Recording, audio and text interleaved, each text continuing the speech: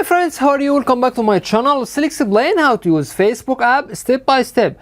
Today we'll explain how to reduce 3D photos motion on Facebook. Let me show you how can we do that.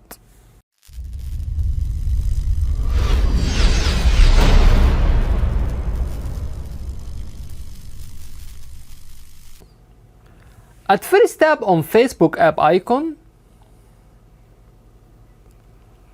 After that, click on 3 horizontal line which shown on top right. Then press on Setting and Privacy. After that, tap on Settings. Scroll down till we get Media.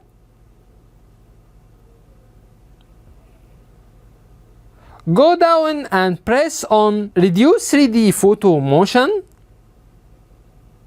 Now we reach to the end of the video. In this video we explain how to reduce 3D photo motion on Facebook.